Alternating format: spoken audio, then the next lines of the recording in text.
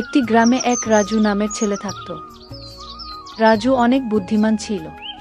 রাজু সবসময় ভাবত, আমি বড় হয়ে কি হব। সেই চিন্তায় রাজুর ঘুম হতো না।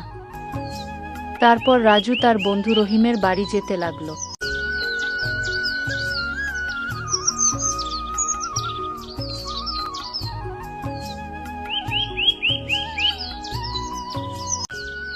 রাজু তার বন্ধু রহিমের বাড়ি গিয়ে তাকে সবকিছু বলল।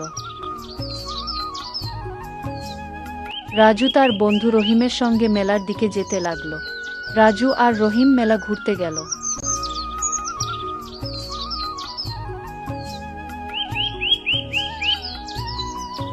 রাজু আর রহিম মেলা ঘুরে বাড়ি যেতে লাগলো। মেলা থেকে বাড়ি এসে রহিম রাজুকে বলল, তুই বিদেশে পড়াশোনা করতে যা। রাজু তার বন্ধু রহিমের কথা শুনে স্কুলে যেতে লাগলো। স্কুলে গিয়ে রাজু পড়াশোনা শুরু করলো।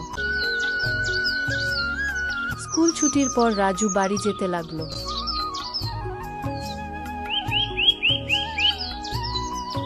রাজু স্কুল থেকে বাড়ি এলো। রাজু স্কুল থেকে বাড়ি এসে বিশ্রাম নিচ্ছিল। ঘুম থেকে উঠে রাজু জঙ্গলে যেতে লাগলো। যাওয়ার সময় একটি বুড়ি মায়ের সঙ্গে রাজুর দেখা হলো। তারপর দুইজন মিলে গল্প করতে লাগলো।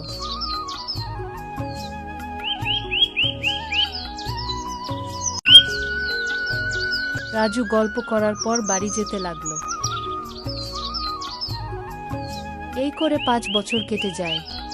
5 বছর পর রাজু তার বন্ধু রহিমের সঙ্গে দেখা করতে যেতে লাগলো।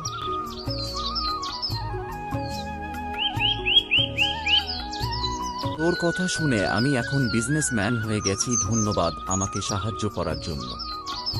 এই বলে রাজু ও রহিমের গল্প শেষ।